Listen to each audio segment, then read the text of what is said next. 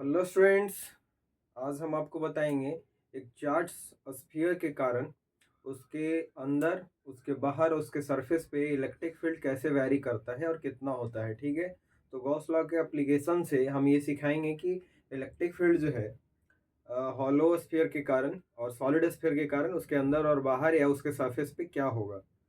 तो चलिए हम लोग पहले हेडिंग लगा लेते हैं कि हम लोग चार्ट स्फीयर के बारे में पढ़ेंगे, इसका इलेक्ट्रिक फील्ड फाइंड करना। देखिए स्फीयर को हम लोग यहाँ पे दो पार्ट में क्लासिफाई करके इसका इलेक्ट्रिक फील्ड फाइंड करेंगे। एक तो वैसे स्फीयर के कारण इलेक्ट्रिक फील्ड फाइंड करेंगे जो या तो हॉलो है, हॉलो स्फीयर है, और ये हॉलो स्फीयर या तो कंडक्टिंग है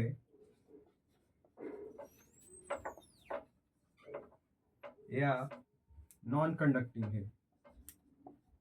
नॉन कंडक्टिंग हॉलो स्फीयर है, समझ गए? या फिर कंडक्टिंग सॉलिड स्फीयर है, सॉलिड स्फीयर है। ये तीनों का जो वेरिएशन है इलेक्ट्रिक फील्ड का, तीनों के कारण एक जैसा होता है। हॉलो कंडक्टिंग स्फीयर, ठीक है, खाली कंडक्टिंग स्फीयर के कारण या फिर नॉन कंडक्टिंग स्फीयर के कारण। ये नॉन कंडक्टिंग, ये भी हॉलो है। ये कैसे है? नॉन कंडक्टिंग हॉलो स्फीयर या फिर कंडक्टिंग सॉलिड स्फीयर। समझ गए? अगर सॉलिड स्फीयर है और वो कंडक्टिंग है, उसको अगर चार्ज दीजिएगा ना तो सारा चार्ज उसके सरफेस पे स्प्रेड कर जाएगा, फैल जाएगा। ठीक है, तो ये तीनों केस में जो चार्ज होता है, चार्ज होता है, उस स्फीयर को अगर चार्ज करिएगा तो ये चार्ज कहाँ पे फैल जाएगा? On its surface. समझ गए? यहाँ पे जो सॉलिड स्फीयर है ना, कंडक्टिंग सॉलिड स्फीयर को भी अगर चार्ज दीजिएगा तो वॉल्यूम में उसका चार्ज नहीं रुकेगा, पूरा उसके सतह पे फैल जाएगा। इसीलिए ये तीनों के लिए एक केस बनता है, एक ही तरीके से इलेक्ट्रिक फील्ड वेरी करता है। और दूसरा जो स्फीयर हम लोग पढ़ेंगे वो होगा सॉलिड स्फीयर और नॉन कंडक्टिंग। नॉन कंडक्टिंग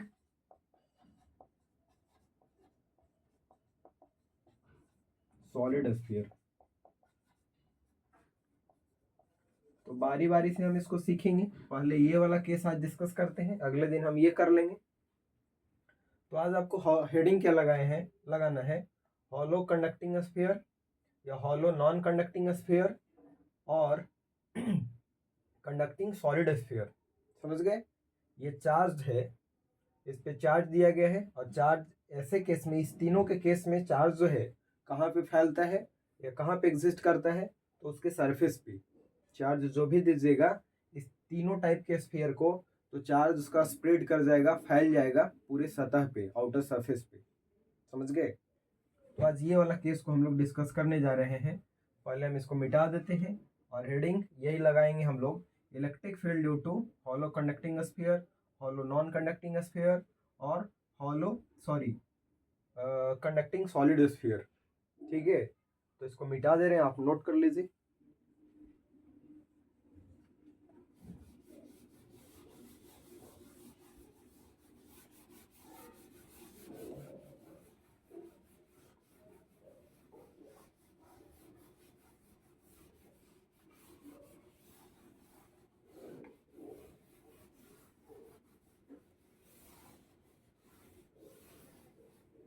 देखिए इधर हेडिंग लगाना है इलेक्ट्रिक फील्ड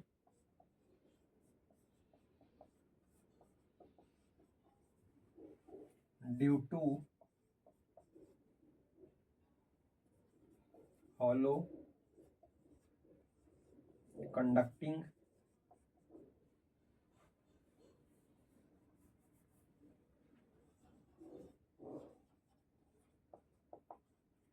हॉलो कंडक्टिंग या non conducting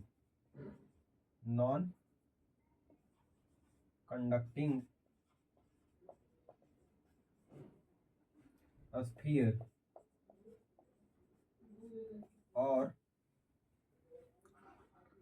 hollow conducting non conducting sphere और सॉलिड कंडक्टिंग स्फीयर।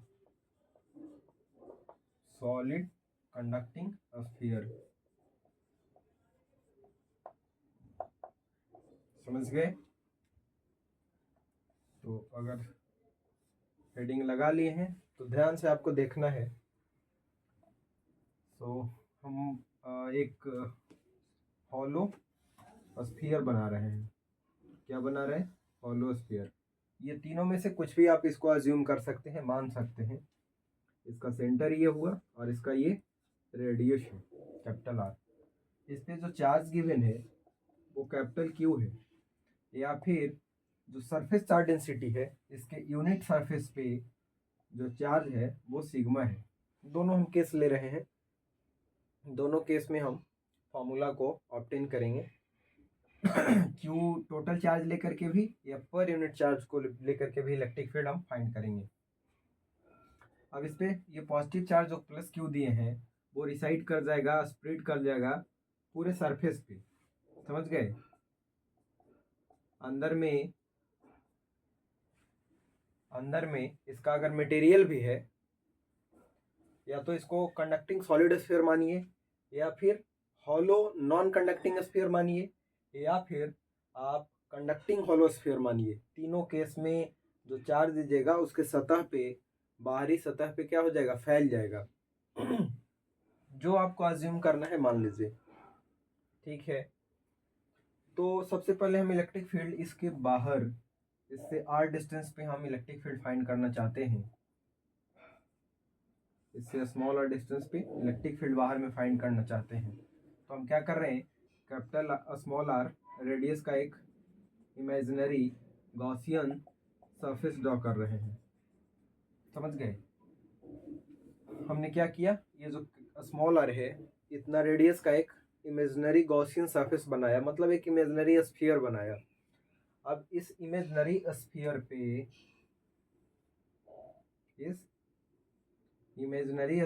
पे, जो इलेक्ट्रिक फील्ड लाइंस होगा वो कैसे होगा? तो ये पॉजिटिव चार्ज से इलेक्ट्रिक फील्ड लाइंस किधर होता है? अवे होता है, दूर। तो इलेक्ट्रिक फील्ड लाइंस यहाँ से ऐसे निकलेगा, रेडियली आउटवर्ड, बाहर की तरफ। समझ गए? ये सब क्या है? इलेक्ट्रिक फील्ड लाइंस का डायरेक्शन है। ठीक, अब अगर हम इस छोटे से एरिया को अज्यूम करें, ठीक है, ये छोटे से एरिया को हम काटें, तो इस पे जो नॉर्मल होगा वो रेडियली आउटवर्ड होगा, इधर होगा डी ए एरिया वेक्टर, और इलेक्ट्रिक फील्ड वेक्टर भी इधर ही है, यहाँ पे भी वैसा ही होगा। ये छोटा सा एरिया को अगर हम डी ए को अज्यूम करें तो इलेक्ट्रिक फील्ड वेक्टर और एरिया वेक्टर दोनों एक ही डायरेक्शन में होगा। समझ गए? तो हर जगह इलेक्ट्रिक फील्ड वेक्टर और एरिया वेक्टर का डायरेक्शन सेम होगा, मतलब दोनों के बीच का एंगल क्या होगा? 0। अब हम चाह रहे हैं फ्लक्स फाइंड करना। इलेक्ट्रिक फील्ड लाइंस जैसे निकल रहे हैं ये पूरे सरफेस से, तो जो इमेजिनरी या गॉसियन सरफेस हम ड्रॉ किए हैं उससे फ्लक्स कितना फॉर्म करेगा? तो फ्लक्स इज इक्वल टू लिखते हैं,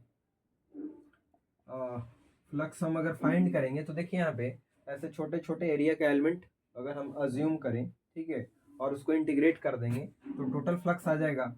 तो उस केस में हम क्या करते हैं? इलेक्ट्रिक फील्ड जो है हर जगह तो कांस्टेंट होता है, तो लिखेंगे ई डॉट डी ए।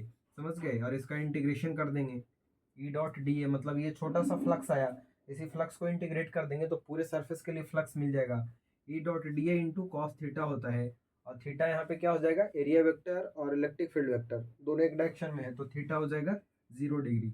तो इलेक्ट्रिक फील्ड तो कांस्टेंट है हर पॉइंट पे, क्योंकि सरफेस का हर पॉइंट यहाँ से आर डिस्टेंस पे है। ठीक है, तो इलेक्ट्रिक फील्ड हर जगह कांस्टेंट है। ये बाहर हो गया, ये का इंटीग्रेशन हो जाएगा ए, ठीक है, या फिर डी ए ही अज्यूम करिए, इंटू कॉस थीटा यहाँ पे हो जाएगा कॉस 0, और इसको सॉल्व करिएगा तो ई इंटू डी ए का इंटीग्रेशन हो जाएगा, या फिर अभी और ऐसे लिखिए ई डी ए कॉस 0 1, तो डी ए इंटू 1 करेंगे तो हो जाएगा डी ए। अब ये डी ए छोटा छोटा सभी एलिमेंट को ऐड करेंगे तो पूरा सरफेस आ जाएगा इसका, गॉसियन सरफेस का ये टोटल एरिया हो जाएगा, तो ये हो जाएगा E इंटू ए। गॉसियन सरफेस का ये क्या है, एरिया है। तो फ्लक्स इज इक्वल टू क्या मिला आपको, E इंटू ए। और फ्लक्स इज इक्वल टू आप क्या जानते हैं, फ्लक्स इज इक्वल टू होता है, गॉस लॉ से आप पढ़े हैं कि टोटल फ्लक्स किसी सरफेस से होता है क्यू इनक्लोज्ड, अंदर में बंद आवेश, अपॉन एप्सिलॉन नोट। अंदर में कितना आवेश बंद है, कैपिटल क्यू है, अपॉन एप्सिलॉन नोट। ये किसके बराबर होगा, तो E इंटू ए की। ठीक है, आप ए को चाहें तो कन्वर्ट करके लिख सकते हैं। स्फीयर का जो सरफेस एरिया होता है वो होता है 4 पाई स्मॉल आर का स्क्वायर। तो यहाँ से E इज इक्वल टू हो जाएगा 4 पाई आर स्क्वायर को नीचे कर लीजिए, तो Q by 4 pi epsilon note into small R का स्क्वायर। देखिए तो ये जो आपको फॉर्मूला मिला, ये पॉइंट चार्ज के कारण, पॉइंट चार्ज को अगर यहाँ से हम यहाँ रखें और इससे r डिस्टेंस पे इलेक्ट्रिक फील्ड फाइंड करें, तो क्या मिलता है कि क्यूब या cube upon 4 pi epsilon note into are square. तो ये जो स्फीयर है ना, एक पॉइंट चार्ज की तरह बिहेव करता है। कब, जब इस स्फीयर के बाहर में हम इलेक्ट्रिक फील्ड फाइंड करते हैं, तो हमें मिलता है कि Q by upon are square या Q upon 4 pi epsilon note into are square. तो ऐसा कब होता है जब स्मॉल आर बड़ा हो कैपिटल आर से। समझ गए, जब स्मॉल आर जो है वो बड़ा हो कैपिटल आर से, उस केस में इलेक्ट्रिक फील्ड का वैल्यू ये होता है Q upon 4 pi epsilon note into are square. ठीक है, तो प्यारे बच्चों ये आपको याद रखना है कि इलेक्ट्रिक फील्ड जो है इनवर्स स्क्वायर लॉ को फॉलो करता है, ये inversely proportional to R square. समझ गए, कब, जब हम स्फीयर के बाहर में इलेक्ट्रिक फील्ड फाइंड करते हैं, और केस क्या होना चाहिए, ये तीनों। ठीक है, अब हम निकालेंगे इसके सरफेस पे क्या होगा। इसके सरफेस पे अगर हम निकालें, तो सरफेस पे निकालने के लिए आप क्या करेंगे, स्मॉल आर का वैल्यू कैपिटल आर के इक्वल पुट कर दीजिए, आर को घटा करके कैपिटल आर के बराबर करिएगा, तो यहाँ पे कैपिटल आर हो जाएगा, तो हो जाएगा K Q by 4 pi epsilon note into are square. समझ गए तो सरफेस पे और सरफेस के बाहर तो आप फाइंड आउट कर लिए। अब हम अंदर निकालेंगे कि अंदर में इलेक्ट्रिक फील्ड क्या होगा। ठीक है, जो स्फीयर हमने अज्यूम किया है, लिया है, उसके अंदर में इलेक्ट्रिक फील्ड क्या होगा। तो अभी इसको आप नोट करिए, हम सेकंड वाला केस को अभी डिस्कस करते हैं। ठीक है, तो अगर नोट कर लिए हैं तो मिटा देते हैं।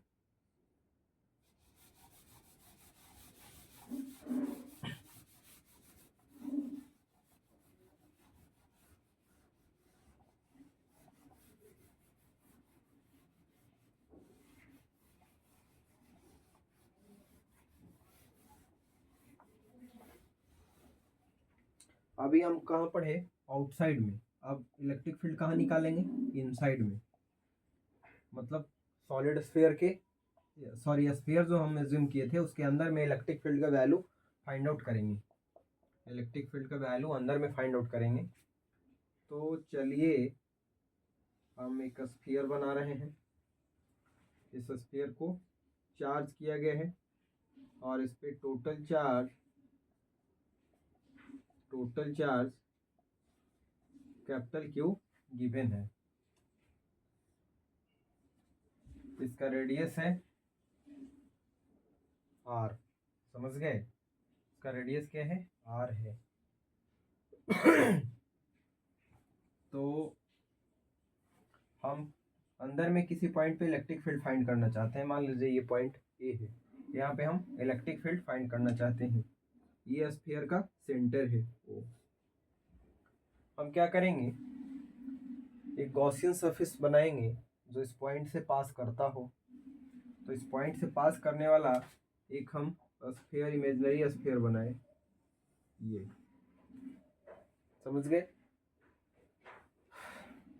मतलब वो जो पॉइंट है ये गॉसियन सरफेस पे आना चाहिए। और अब इस गॉसियन सरफेस से बनने वाला हम फ्लक्स फाइंड करेंगे। क्या करेंगे, इस गॉसियन सरफेस से कितना फ्लक्स पास करता है वो फाइंड करेंगे। तो फाई इज इक्वल टू लिखते हैं E इंटू ए इंटू कॉस थीटा। ठीक है, और थीटा यहाँ पे देखिए इलेक्ट्रिक फील्ड जो है, इलेक्ट्रिक फील्ड का डायरेक्शन ऐसे होता है, पॉजिटिव चार्ज से इलेक्ट्रिक फील्ड लाइन्स ऐसे निकलता है। और यहाँ पे अगर आप एरिया वेक्टर बनाएंगे, ये छोटा सा एरिया का एलिमेंट अज्यूम करें, तो यहाँ पे ये भी रेडियली आउटवर्ड होता है, तो यहाँ पे थीटा इज इक्वल टू हो जाएगा 0। तो इस केस में ई इंटू ए ये बन जाएगा ई into A cos 0, that is हो जाएगा ई इंटू ए कॉस 0 का वैल्यू 1। तो फ्लक्स इज इक्वल टू हो गया ई इंटू ए। ठीक है, अब फ्लक्स इज इक्वल टू, क्या आप जानते हैं, गॉस लॉ से पढ़े हैं कि किसी भी स्फीयर से बनने वाला जो फ्लक्स होता है वो होता है Q enclosed. Flux is equal to होगा क्यू इनक्लोज्ड, उस सरफेस के अंदर बंद आवेश Q enclose upon epsilon nought, और ये किसके बराबर आया है, ये इंटू ए के। अंदर में बंद आवेश कितना है, तो यहाँ पे देखिए जो भी आप चार्ज दिए हैं उसके सरफेस पे रिसाइड कर गया है, फैल गया है, स्प्रेड कर गया है। ठीक है, बाहर में चार्ज एग्जिस्ट कर रहा है, अंदर में तो चार्ज है ही नहीं। देखिए ये जो इमेजिनरी गॉसियन सरफेस बनाए हैं, ये इतना रेडियस का, इसके अंदर में तो कहीं आवेश है ही नहीं, उसके अंदर में नेट चार्ज क्या है, 0 है। तो यहाँ पे क्यू इनक्लोज का वैल्यू क्या हो जाएगा, 0 upon epsilon naught is equal to e into a. तो यहाँ से ए को नीचे कर लीजिएगा, या फिर ए की जगह पे क्या कर सकते हैं, ये स्मॉल आर इसको भी एज्यूम कर लीजिए, तो ये हो जाएगा 4 पाई आर स्क्वायर। ठीक है, 4 पाई आर स्क्वायर को नीचे करिएगा तो E is equal to 0/4 pi R square into epsilon nought करिएगा तो आ जाएगा 0। समझ गए, 0/समथिंग इज इक्वल टू 0। अंदर में इलेक्ट्रिक फील्ड क्या हो जाता है, 0। ये तीनों केस में, चाहे वो सॉलिड कंडक्टिंग स्फीयर हो, या फिर हॉलो कंडक्टिंग स्फीयर है हो, या फिर hollow non conducting charge sphere हो, तीनों केस में इलेक्ट्रिक फील्ड अंदर में 0 होता है। समझ गए, तो ये तीनों रिजल्ट को हम एक साथ लिखेंगे और ग्राफ ड्रॉ करने की कोशिश करेंगे इसका। आर वर्सेस इलेक्ट्रिक फील्ड का ग्राफ, मतलब सेंटर से किसी पॉइंट का डिस्टेंस वर्सेस इलेक्ट्रिक फील्ड का ग्राफ ड्रॉ करेंगे। तो इसको आप नोट कर लीजिए, अभी हम ग्राफ दिखा रहे हैं आपको कि कैसा बनेगा इसका ग्राफ, इसका वेरिएशन कैसा होगा।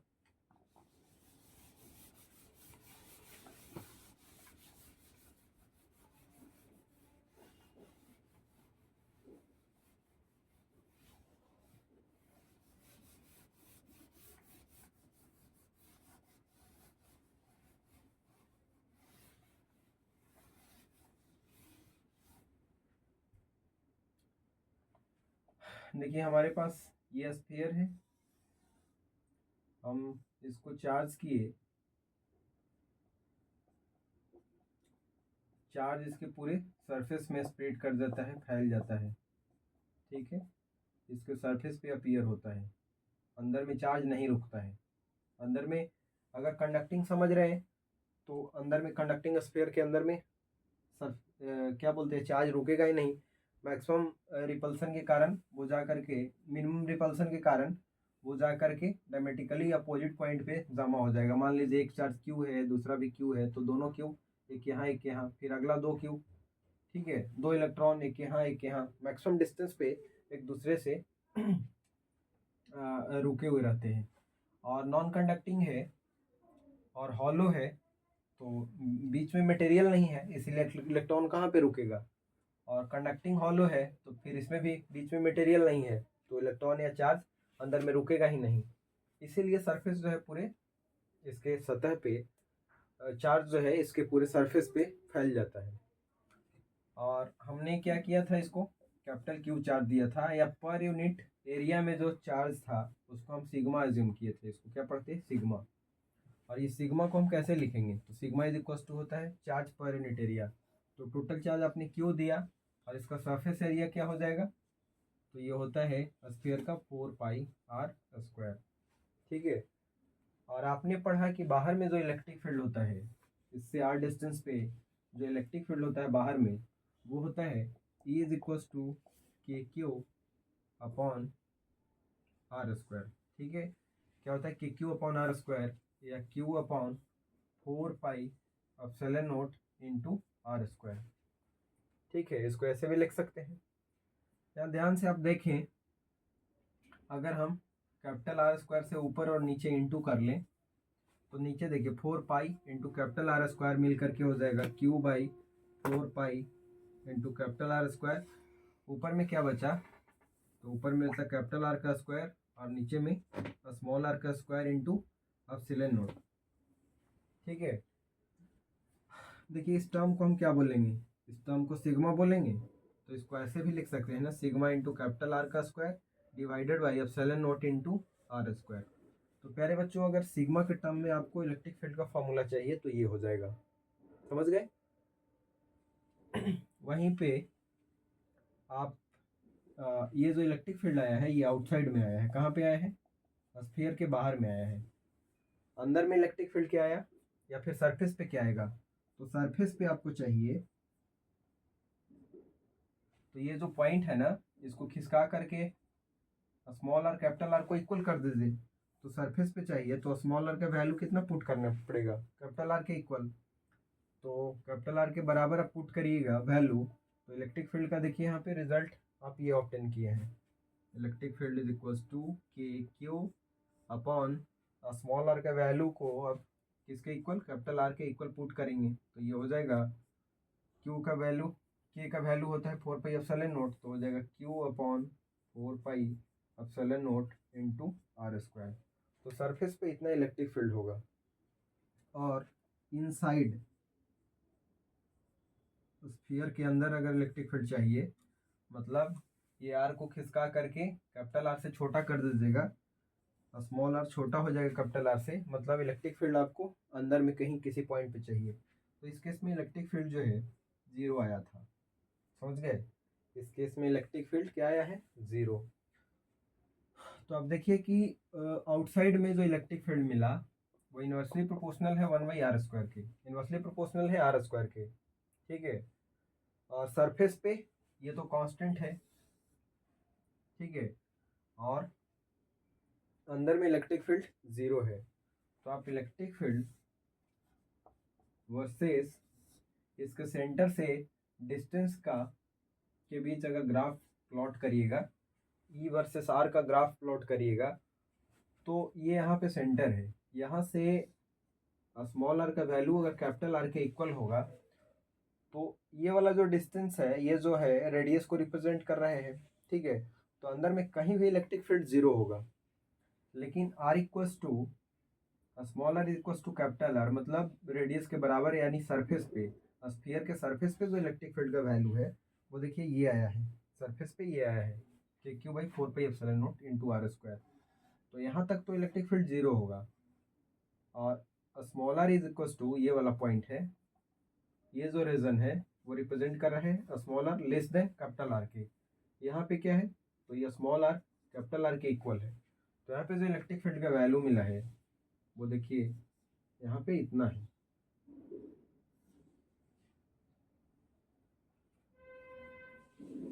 बीच में खाली रहेगा, यहाँ पे इतना मिला है, कितना, तो ये है Q by 4 pi epsilon nought into capital R का स्क्वायर। और यहाँ के बाद electric field inverse square law से वेरी करता है, यहाँ पे देखिए ना ऐसे वेरी करता है, आर बढ़ाएंगे तो इलेक्ट्रिक फील्ड घटेगा और बहुत तेज़ी से घटेगा, आर बढ़ाएंगे तो आर का यहाँ पे नीचे स्क्वायर हो रहा है, मतलब डिनोमिनेटर और बड़ा हो जा रहा है, और डिनोमिनेटर जितना बड़ा होगा उतना इलेक्ट्रिक फील्ड तेज़ी से घटेगा। तो यहाँ पे के बाद से इलेक्ट्रिक फील्ड का जो वेरिएशन है बहुत तेज़ी से घट रहे हैं, ऐसे ई जो है इन्वर्सली प्रोपोर्शनल है आर स्क्वायर के।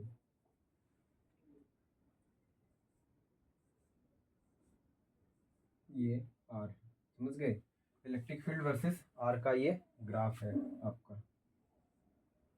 तो यहाँ पे तीनों चीज़ सीख लिए, सरफेस पे क्या होगा, अंदर में इलेक्ट्रिक फील्ड क्या होगा, और सरफेस के बाहर क्या होगा, और उसका ग्राफ किस तरीके का बनेगा, ठीक है। तो अगला एक केस जो बचता है नॉन कंडक्टिंग सॉलिड स्फीयर, ठीक है, जिसमें हम चार्ज देंगे ना तो उसके वॉल्यूम में भी रुक जाएगा। जब कंडक्टिंग होता है तो अंदर भी चार्ज दीजिएगा तो उसके सरफेस पे फैल जाता है, ठीक है।